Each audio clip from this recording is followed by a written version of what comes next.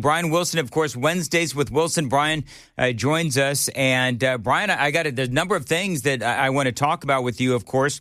You've watched and covered a lot of State of the Union addresses in your time. Obviously, everybody knows your journalistic chops. I was trying to figure that out last night. I know that I did, in 31 years, I probably was in the chamber maybe 25 of those, or they're covering it on the Hill for about 25 of them. So I've got quite a few under my belt. And where would you, and what I said to Congressman Tim Burchett was, and I didn't watch the whole thing. I was way tired and I fell asleep, but it didn't feel like the speech lost a lot of steam the further that it went. There wasn't a moment where you're like, okay, we're done. I thought it was a pretty good speech. It was patriotic. It had moments of inspiration. But Donald Trump is brilliant at one thing, and that is pointing out those issues where the Democrats take a position that is contrary to the position held by most Americans. And I'm going to give you right off the bat here what I thought was the highlight of the speech, where he's talking about how you need to, make a decision, Democrats. Do you support Americans or do you support illegal aliens? Listen to this clip. One of the great things about the State of the Union is how it gives Americans the chance to see clearly what their representatives really believe. So tonight I'm inviting every legislator to join with my administration in reaffirming a fundamental principle. If you agree with this statement, then stand up and show your support. The first duty of the American government is to protect American citizens, not illegal aliens. And that standing ovation went for well over 2 minutes. Yes, it did. I've edited it for time because I wanted to get some more in here. But he then turned it right on the Democrats in a big way. Here we go. Isn't that a shame? You should be ashamed of yourself not standing up. You should be ashamed of yourself. That is why I'm also asking you to end deadly sanctuary cities that protect the criminals and enact serious penalties for public officials who block the removal of criminal aliens.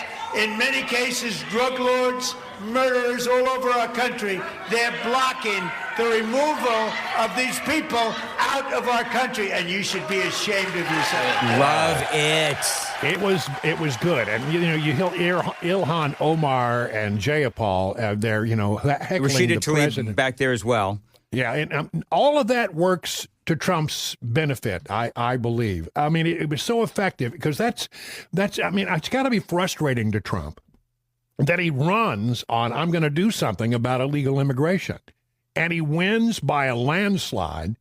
And then after he does what he said he was going to do, he starts to get, a lot of back crap about it, and people give him a hard time about it. The bottom line is he was able to, again, remind the American people in that moment why you elected me. And by the way, I've done what I said I was going to do. Mm-hmm. I thought that was incredibly effective. It made the Democrats look real small. Can I say one thing, too? There's something just, Brian, unseemly about Donald Trump talking about protecting the American people, getting rid of the murderers and the gang members and the drug dealers and all that. There's something unseemly about Ilhan Omar, dressed up in her Somalian garb, knowing that the Somali community has ripped off the American people in Minnesota, and she has the gall to start screaming back at an American president. That really angered me. That really ticked me off. And the other thing that I thought, Brian, then we'll get back to your second audio bite. The other thing that I liked that Donald Trump did was he set up tonight's State of the Union talking about illegal aliens and all that kind of stuff. He set it up yesterday with the press conference and the event featuring angel families. Right. I thought that was incredibly well done. Donald Trump brings a sense of showmanship to everything that he does, and that was evident yesterday and last night. I couldn't agree with you more. And look, this is all a bunch of political theater anyway, and the Democrats have been very effective at using this political theater to their advantage in the past, and he boxed them in. he said, okay, look, here are some things. I'll give you another example. Here's another perfect example. The SAVE Act. He's very much in favor of the SAVE Act, and Democrats are not. And by the way, Americans, by and large, support the president on this. I'm asking you to approve the Save America Act. Again, these are edited for time because the applause was so long. From voting in our sacred American elections, that cheating is rampant in our elections. It's rampant. It's very simple. All voters must show voter ID. All voters must show proof of citizenship in order to vote. Mail-in ballots except for illness, disability, military, or travel. Both Republicans and Democrats overwhelmingly agree on the policy that we just enunciated. And Congress should unite and enact this common sense, country-saving legislation right now, and it should be before anything else happens. I mean, that's pretty effective stuff. Yep. And then he just gets after him. And the reason they don't want to do it, why would anybody not want voter ID? One reason, because they want to cheat. There's only one reason. They make up all excuses. They say it's racist. They come up with things. You almost say, what imagination they have. They want to cheat. They have cheated. And their policy is so bad that the only way they can get elected is to cheat. And we're going to stop it. We have to stop it, John. I mean, when 89% of Americans are on board with something and you sit in your chair and don't move when it's mentioned, that reminds people of why you elected Donald Trump. Right. Brian, you're absolutely right. And I don't know if you saw what happened, just repulsive. In the beginning of when President Trump was coming in, Al Green has that sign that we're going to talk about coming up next. Brian, the sign that Al Green had, it said, black people aren't apes, is what he said. Repulsive, obviously. And he's responding, of course, to Donald Trump or somebody in his administration posting accidentally that video that a lot of people, we mentioned it here as well on Nashville's Morning News. But I would think that at some point, Hakeem Jeffries would be able to get his side of the aisle under control. He's got Al Green doing that crap, escorted from the chambers. You've got Ilhan Omar, Rashida Tlaib yelling at the president. According to The Hill, Brian, I did an interview on this yesterday. This is exactly the type of thing that Hakeem Jeffries was working feverishly behind the scenes to prevent. Well, I would say that they were better behaved than I expected them to be, with a few notable exemptions. I do think that Al Green, well, first of all, that was not a great moment for the Trump administration. We can all agree that probably should never have been posted.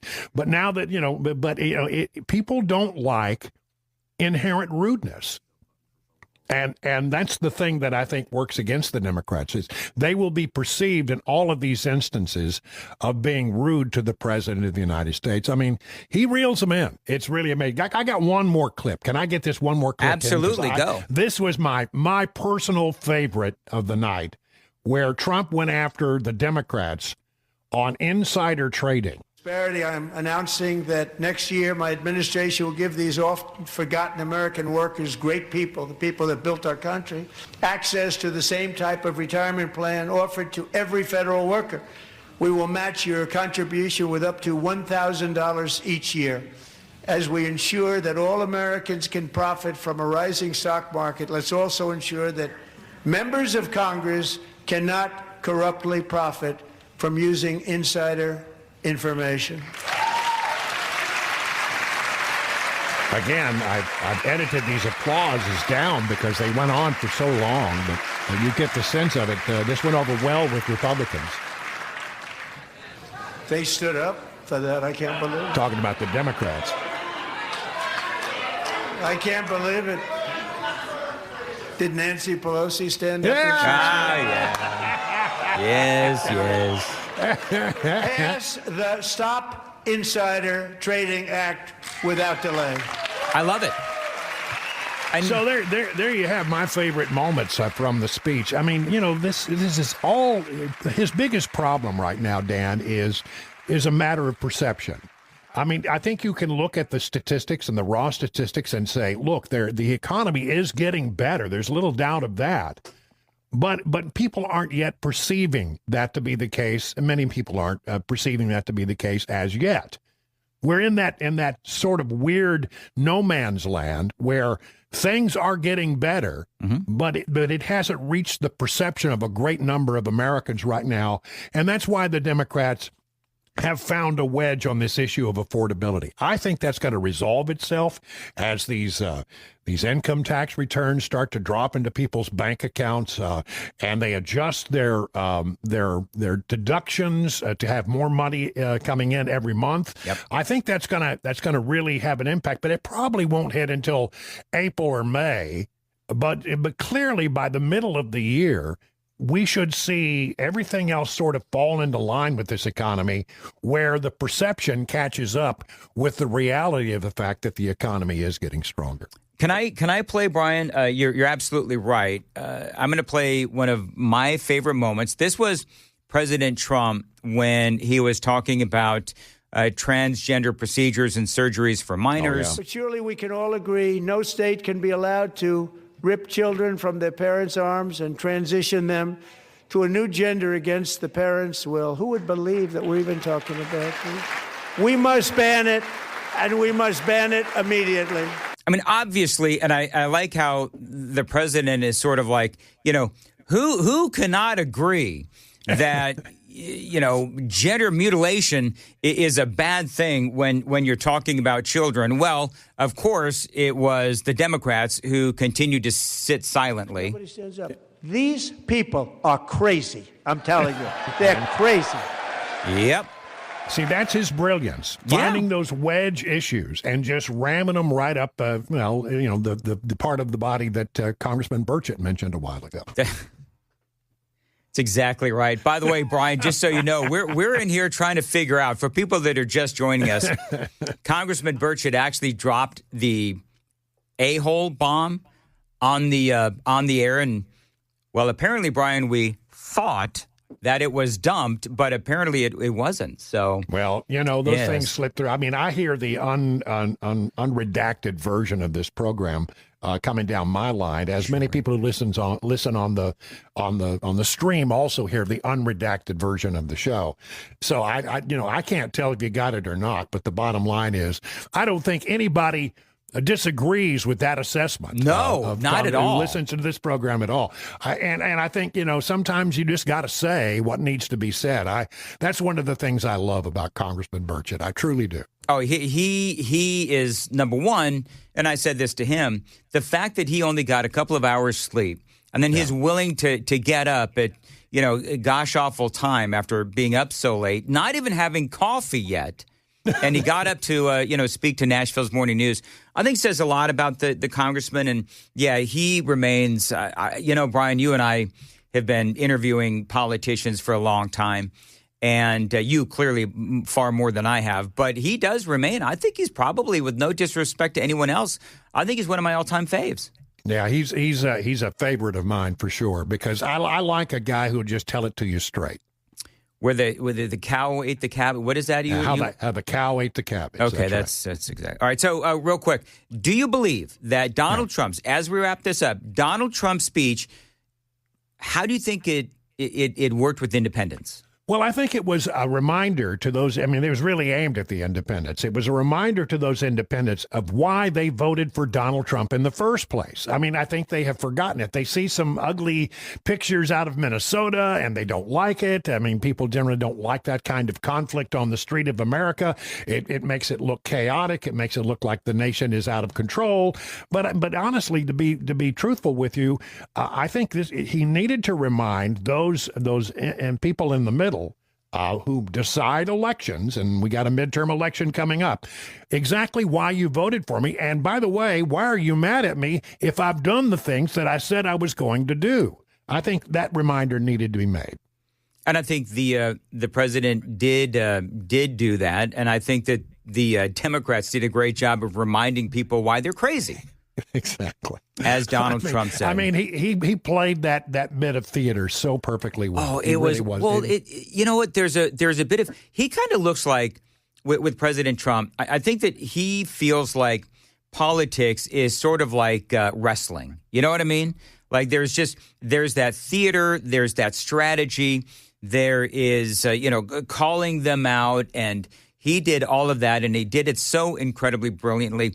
Anybody on the left who says that Donald Trump is not as cunning or not as, sharp-minded as he used to be, all you have to do is look at what happened last night. Now, from a strategic standpoint. It was a good speech for him, all told. I think it really works well for him. Well, I don't know if you saw this, Brian. I'll play the audio bite again coming up when I have Matthew Hurtt on. But CNN actually had a poll before the speech. 54% of the American people polled said that they felt that Trump's policies would lead America into a better direction. After the speech, that number skyrocketed to 64%. Yeah, the other thing that I will say is once these clips continue to go viral, I think that number is going to go even higher. I think you're right, because a lot of people won't pay attention to the actual speech. They went out and they, got on Netflix and watched a movie or something. They don't care about that kind of stuff, but they will pick it up. Some of the highlights, and for the Democrats, I would say the lowlights of this speech as they are replayed today on talk radio, on the cable news channels, etc. That's where they will form a larger opinion. And I think this went very well for the president last night. I think it probably will see a bump coming his direction, and that's something that is desperately needed as we get ready to head into the midterm elections. Brian, always a terrific analysis, and we'll look forward to talking to you again soon. Always a pleasure, Dan. Thank you very much. All right, we'll see you. It is 7:25 on Super Talk 99.7 WTN. Joan, I think that my lack of sleep is also beginning to show. Do you think? Now, I'm not going to be dropping A-bombs on the radio because clearly... Do you think, hey, Joan, just me and you talking? Yeah. Do you think Sam's going to have to go through some additional training on how to dump? Sam, do you want to be honest and tell the audience what you told me in my headphones? I was trying to see if there's something else I could have done because I'm a perfectionist, and really couldn't tell. There's a separate. Sorry, go ahead. Button that says dump on it, but it's on the other side of the console. It's not the one attached right to all of the audio interface right here. So right. I asked Mason, who's been here longer, and Mason said, no, it should just be the one button. So this looks like a question for engineering. Our favorite department. Listen, I love engineering. Oh. What'd you say, Joan? The Department of No? No. No? No. Okay. No, the Department of No, Joan, is who we're hoping doesn't hear about this unfortunate incident. I see. Out of all the days to choose to listen, please not be today. So for people that are just joining us, Joan, what I'm going to do, we've pulled the audio of Congressman Tim Burchett calling Democrats a-holes. Yeah. And it's just, we're going to put it on a loop. A loop. Yeah. That's what we're going to do. Now, I'm obviously going to bleep the ASS, but and Sam, I believe, I can be a prognosticator sometimes, Joan. My prognostication is Sam is going to get some additional training on how to dump things. What's weird, though, Sam, I don't understand this, is you have dumped things before. Yeah. Successfully. I held the button this time. Okay. Just to be double safe. Sometimes, though, when you hold the button down, it negates. Like, it instead of the action being what you think it is, it negates that action. I'm sorry. Could you say that word again? Negates? Negates. You know what negates Have means? You never heard the word negate? I've never heard that pronunciation of it. Negates. She's pronouncing it correctly. Negative, negates, whatever. 7:27. Oh, my gosh. Joan, just ignore him, Joan. I'm trying. You know what? You know what he's trying to do? He's trying to distract from the fact that he didn't dump the A-bomb by Tim Burchett. Yeah. That's what he's trying. Let me obfuscate. All right. Oh, he's heard of obfuscate, but not negate. Okay. All right, very good. We are running so late, and we've got Matthew Hurtt coming up next. So, Joan, what's coming up in the news? A small plane crashes in a local neighborhood. We'll bring you the latest there, coming up at 7:30 on Super Talk 99.7 WTN. All right, Joan, thank you. 727, the Wellness Institute of Nashville. Let me give you a website, painisbad.com. This is a great company. If you are suffering from chronic back and neck pain, maybe sciatica, slipped or bulging spinal discs, herniated discs, spinal stenosis, numbness or weakness in the arms and legs, fingers and toes, well, that can all go away. That can be a memory of yesteryear when you call my friends at the Wellness Institute of Nashville, 615-246-5009. They right now are offering you 47% off a spinal decompression therapy because they want to help you feel better fast. 615-246-5009. 47% off when you call the Wellness Institute of Nashville and you mention my name. That is their special going on right now for non-surgical spinal decompression. You tell them Dan Mandis told you to reach out. They've also got, by the way, a brand new piece of equipment. It is called the Hydro Wave. Experience in other aspects of their therapy and their treatments. You can experience robotic lasers, anti-gravity machines, cryo machines, stem cell stimulation machines, all right there at the Wellness Institute of Nashville, painisbad.com. 47% off, 615-246-5009. Don't forget that website, painisbad.com. And appreciate you listening. Matthew Hurtt is joining us. Matthew, our grassroots political analyst, always great to have you on. And Matthew, I know that you, I think that we can all agree with Congressman Tim Burchett, audio, when we talk about the Democrats last night. Those assholes. There you go. Well, Dan, what your listeners may not know, and this is what's great about radio, and this is why I like coming on and talking to you once or twice a week, is that you do your best in the morning to put together a great show. And this is now the second time Congressman Tim Burchett, has bumped me in the segment that we previously agreed upon the night before. And I would not have said the a-hole word on the radio in the last hour. But and Congressman Burchett is... Well, Matthew, if you dropped a few more A-bombs like Tim Burchett did, maybe I wouldn't bump you. Well, but Congressman Burchett is right, and I've known Tim since he was in the state senate in Nashville, back when I was at Middle Tennessee State University, and he has always been the good old boy from West Knoxville, and he tells it like it is, and the guy is a public servant through and through, and to have the ear of the president and be able to talk to him about these important issues, that is something that goes beyond seniority in the House. And I know Tim made the joke that he was 435th most senior member of the House of Representatives, but that is something that is very important when it comes to the real world problems that people are facing. Well, and I think that is what President Trump spoke to at the State of the Union last night. So, and I know that I'm being unfair to the people who literally are just tuning in. So earlier we had Congressman Tim Burchett on, and he was talking about his frustration with the Democrats as they were essentially heckling Donald Trump last night during the State of the Union, and he called the Democrats those assholes. That's what he said. And apparently, I can't tell if we dropped it, we dumped it, or we didn't, because people are telling us different things. But from what I can tell, it did not get dumped. But my favorite, though, part of that whole thing, Matthew Hurtt, was when he realized what he did, and he said, Excuse me. I think that was one of my all-time favorite Tim Burchett appearances, not because of the a-hole comment. I mean, these things happen, but because he did tell us what it's like to, have the president of the United States speak to him for 14 minutes, pick up the phone and speak to him for 14 minutes on the day of the State of the Union. So if you, after I get off the air and whenever you have time without not listening to WTN, but go back and listen to that interview with Tim Burchett, because it was, I think, probably one of my all-time favorites for a number of different reasons. But let's focus on the speech last night. I do believe that Tim Burchett was actually right when he was describing the Democrats as a-holes, because look what the Democrats, Matthew, would not stand for. They would not stand for the least of which, the men's Olympic hockey team, men's, and the gold medal. They wouldn't stand for the families of people who have been killed because of the soft on crime policies of the Democrats. They wouldn't stand for, the United States of America and the government protecting the American people. I mean, they wouldn't stand for anything that makes common sense.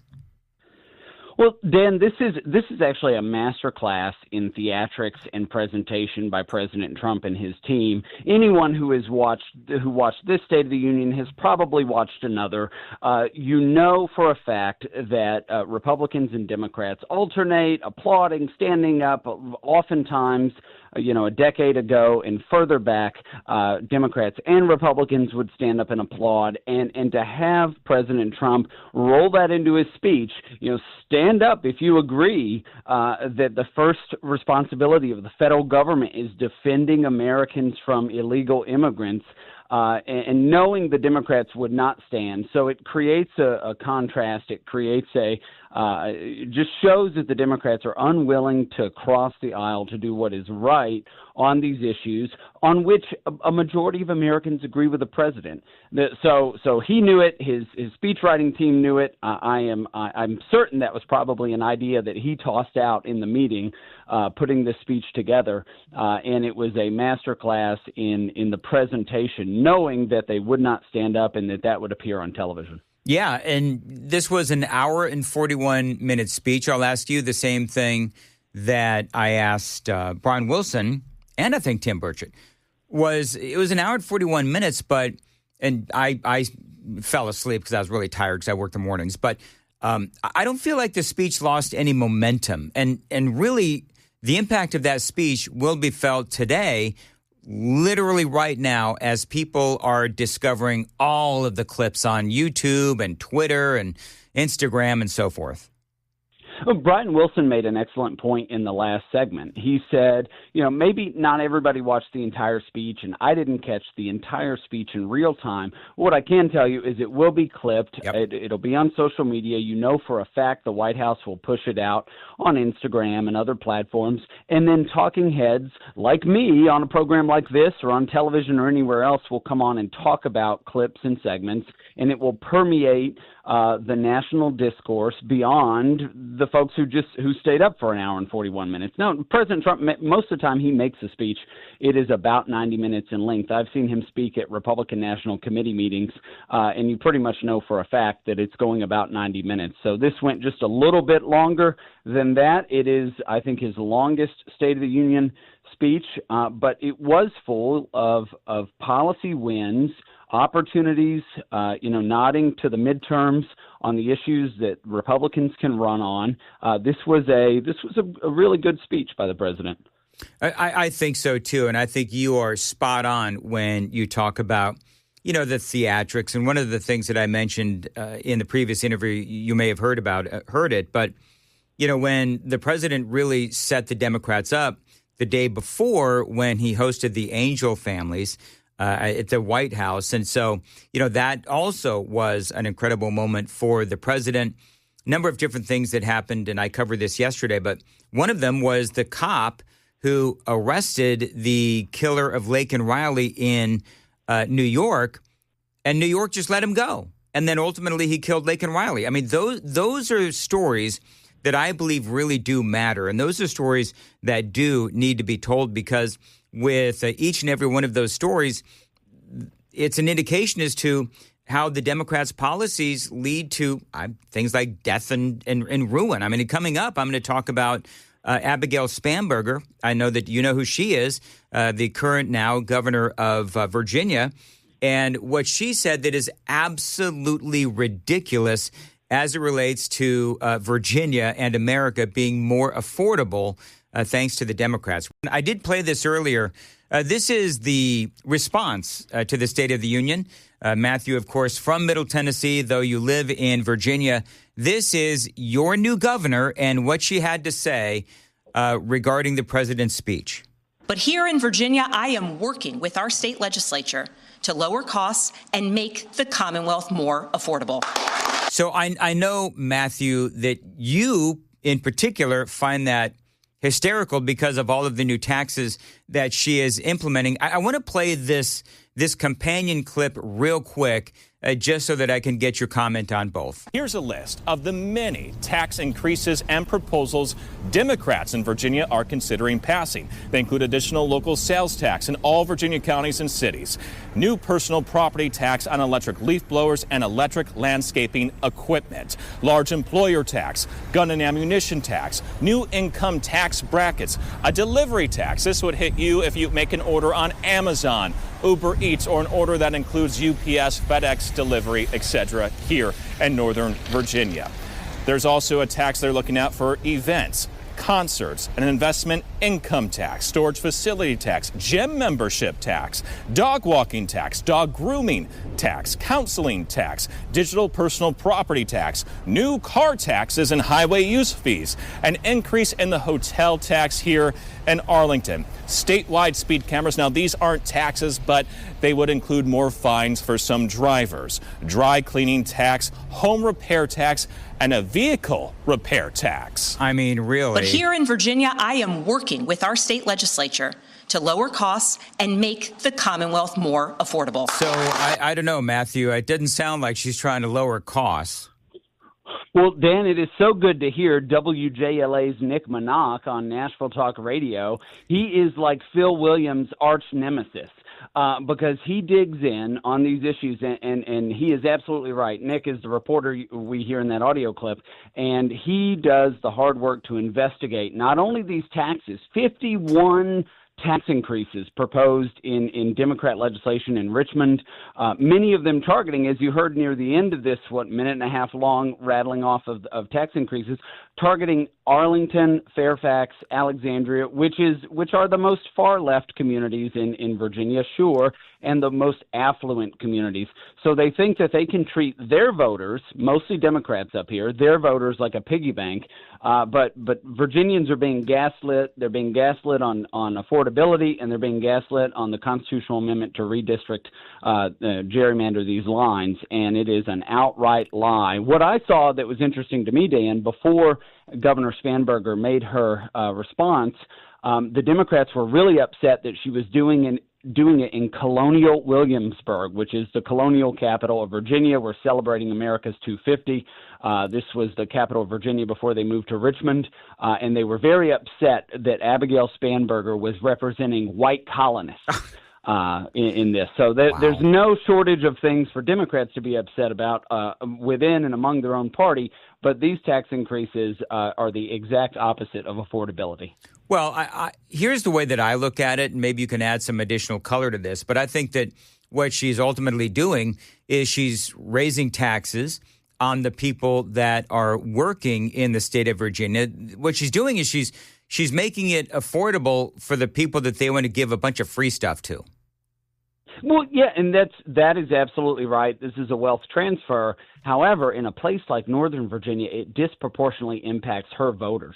So I'm interested to see how the opposite of the affordability argument plays out in the midterms in Northern Virginia, because so many of the people, thousands and thousands of people whose money is being raided to give to the takers side of this equation are her voters, or Democrat voters.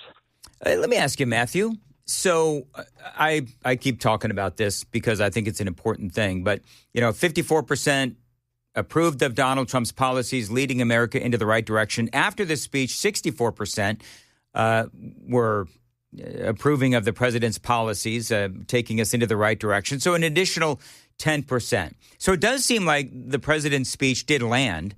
And I think the question is, okay, so does that mean that a lot of the American people also saw the Democrats behaving badly, and it seems to me like they played right into Donald Trump and the Republicans' hands? I think you're right here, Dan. I think that one of the things that is going to trip up Democrats this year is Orange Man bad. It's what motivates their base, but it isn't a policy solution for the middle, those independents who are making up their mind and will make up their mind into October and November. And I think they just look foolish this year. Well, they sure do. And for people that are just joining us, I saw last night Ilhan Omar and Rashida Tlaib, but particularly Ilhan Omar screaming at the president. I said this in the interview with Brian Wilson as well. There's something unseemly about Ilhan Omar, Somalian, after we know what happened in Minnesota with the billions of dollars in fraud, U.S. taxpayers, all that money going to the Somalian community. And she wouldn't even stand for, the government wanting to protect Americans. She wouldn't, again, stand for victims' families that were killed by criminals out on the streets because of the Democrats' soft on crime policies. There's just something unseemly about that. Yeah, again, this is that stark partisanship, the TDS or Orange Man bad syndrome that the Democrats have. They can't give him a win because that would mean that Hitler, in their mind, has a win, and he can't get a win at all. And I think this opposite of coming to the table with solutions or agreeing when the other party does something right is going to set them back this midterm cycle. All right, Matthew, is there anything else we have not talked about that we should? Well, this is the second time this week I've been on with you, Dan, so I just appreciate the opportunity, and it is up to your listeners and the folks who are tuned in to go out and make the case for our principles as we head into these midterm elections. Historically, the party in the White House has a setback in the midterms, and we can change history by showing up and making our voices heard and voting. That's right. All right. Thank you, Matthew. We'll talk to you again soon. It is 7:53 on Nashville's Morning News on Super Talk 99.7. Joan, I think that if there's just, one message from this morning's broadcast, it's those assholes talking about the Democrats. Although, again, I still feel like the best part of that comment was when the congressman said, Excuse me. Excuse me. Excuse me. Oops. I'll go ahead and put myself in the corner, said Congressman Tim Burchett. I got to tell you, I'm getting so many differing comments from listeners about whether or not this thing actually did go out over the air. Tim Burchett's calling the Democrats a-holes. I don't know if... maybe it has to do with the distance away you were. From I the know radio radio waves travel very fast, but I'm just saying. I don't think that's it. No. I'm Thank trying you, to be hopeful, though. man. Mm-hmm.